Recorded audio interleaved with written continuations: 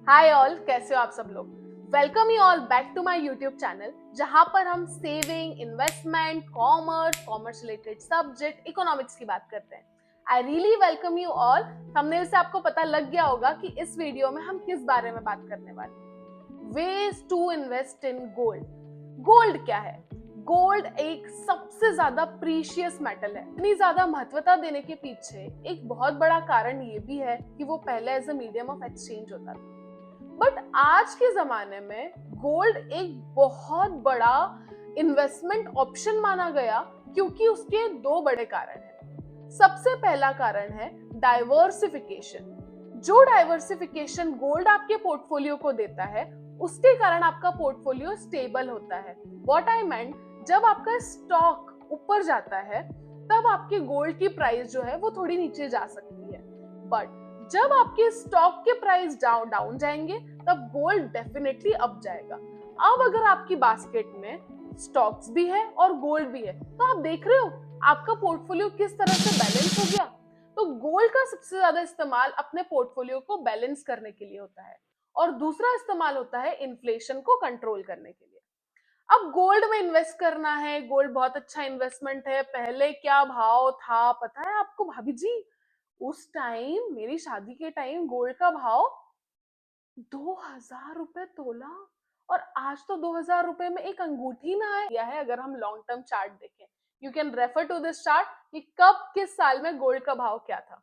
Invest करने के लिए आज आपके पास बहुत सारे ऑप्शंस है। जैसे फर्स्ट है फिजिकल गोल्ड, सेकंड है डिजिटल गोल्ड, थर्ड है गोल्ड ईटीएफ, फोर्थ है ईटीएफ म्यूचुअल फंड, और फिफ्थ है गोल्ड बॉन्ड, जिसके बारे में हम बाद में बात करेंगे। सबसे पहले समझते हैं ये फिजिकल गोल्ड क्या है। अब ये सारे वेज जो है गोल्ड में इन्वेस्ट करने के, इनके अपने अपने प्रोज है, अपने अपने कॉन्स है, अपनी अपनी अच्छाई है, अपनी अपनी बुराई है। आपको डिसाइड करना है कि आपके इन्वेस्टमेंट पर्सपेक्टिव से आप कहां पर फिट बैठते हो। आपको क्या करें जिससे आपका इन्वेस्टमेंट का जो गोल है वो अचीव हो जाए। शुरू करते हैं with very first, that is physical gold. अब फिजिकल गोल्ड क्या होता है? बाजार में जाके अगर मैं कोई ज्वेलरी खरीद कर ले आई, बाजार में जाके अगर मैं कोई बुलियन खरीद कर ले आई गोल्ड का, तो वो कहलाता है physical gold. But physical gold में आपको स्टोरेज कॉस्ट देनी पड़ती है, चोरी होने का डर होता है, मेकिंग चार्जेस लगाए जाते हैं। कोई भी ज्वेलरी, अगर आज मान लो ये रिंग बन रही है, अगर इसकी वैल्यू 3000 है तो इसके ऊपर कुछ मेकिंग चार्जेस भी लगा होगा, बनाने में खर्चा, एलॉय मिलता है, वो सब इसके अंदर इंक्लूड होगा, तो एक वो चार्जेस आपका लगेगा। फिर 3% जीएसटी आपको फिजिकल गोल्ड पे देना पड़ता है। फिजिकल गोल्ड पे कोई भी इंटरेस्ट नहीं मिलता है। फिजिकल गोल्ड लेस लिक्विड होता है। लिक्विड मतलब अगर आज मुझे पैसे की जरूरत पड़ गई है, ठीक है, अगर आज मुझे पैसा चाहिए तो मुझे पहले मार्केट में जाना पड़ेगा अपना गोल्ड बेचने के लिए, जिसके अंदर टाइम लगेगा। वो सुनार मुझे कैसे ट्रीट कर रहा है, मेरे सोने का कितना भाव लगा रहा है, टाइम पे पैसा दे रहा है नहीं दे रहा है, मान लो कि दुकानें बंद है, आज पैसों की आहा, too much stress. Physical gold is less liquid. Now let's move towards digital gold. Digital gold आज के जमाने में फोन पे है, बहुत सारे ऐसे एप्स है जहां से आप डिजिटल गोल्ड खरीद सकते हो। डिजिटल गोल्ड की सबसे अच्छी बात जो मुझे लगती है वो ये है, डिजिटल गोल्ड आप 1 रुपए का भी खरीद सकते हो, ठीक है, आप 1 रुपए से भी वो डिजिटल गोल्ड में इन्वेस्ट कर सकते हो। बट बुरी बात ये है कि डिजिटल गोल्ड रेगुलेटेड नहीं है, it is not regulated by SEBI. Now digital gold के अंदर हाई लिक्विडिटी है, जब आप चाहो आप बेच सकते हो। अब यहां पर एक ट्विस्ट है, जब आप डिजिटल गोल्ड को बेचने जाते हो तो आप देखोगे डिफरेंस, बाय प्राइस ज्यादा है, सेल प्राइस कम है, ये डिफरेंस देखने मिलता है। तो that's why digital gold is somewhere, like if you are really really studied about it, अगर आपको उस बारे में नॉलेज है, पढ़ाई की है आपने उस चीज से, आप इन एंड ऑन अगर आप उसको जानते हो, then only go for digital gold. अब आते हैं गोल्ड के ईटीएफ पे। भाई ये बहुत पॉपुलर हो गया है, बहुत ज्यादा पॉपुलर हो गए गोल्ड के ETF, exchange traded fund. Gold के ईटीएफ कहाँ पैसा लगाते हैं? दो जगह, या तो सीधा गोल्ड में या तो गोल्ड रिलेटेड कंपनीज में अपना पैसा लगाते हैं, उसे कहा जाता है ईटीएफ।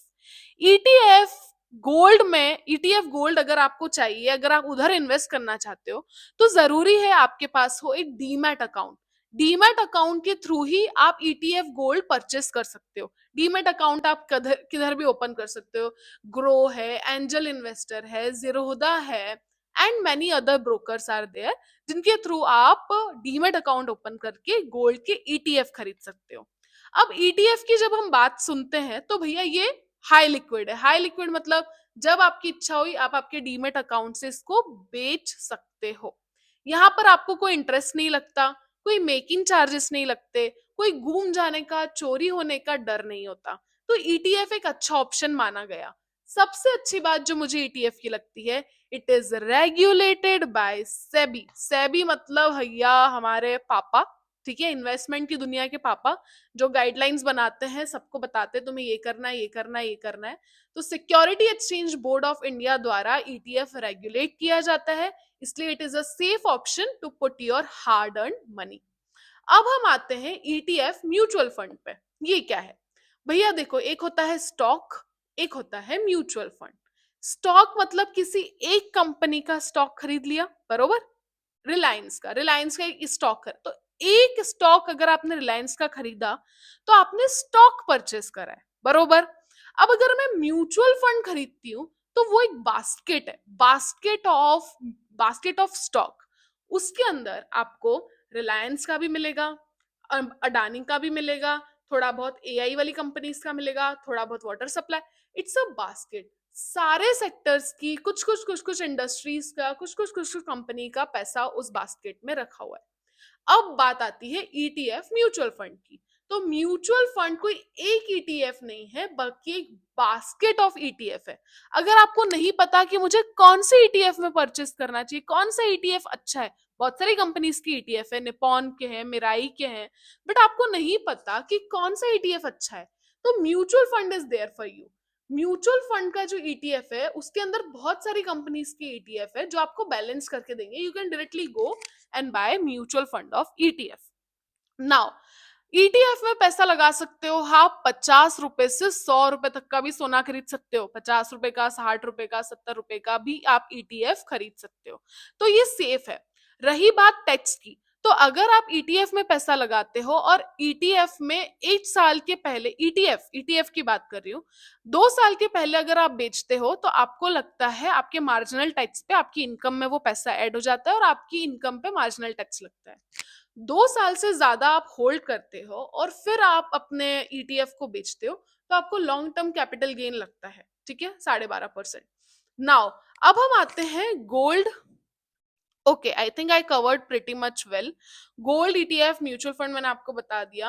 अब इसके अंदर, अब आप एक बात ध्यान रखो, मुझे, अगर आप ईटीएफ खरीद रहे हो, ठीक है, तो ईटीएफ में आपको एक्सपेंस रेशो देना पड़ता है। 0.3 से 0.5 के बीच में कुछ तो एक्सपेंस रेशो होता है।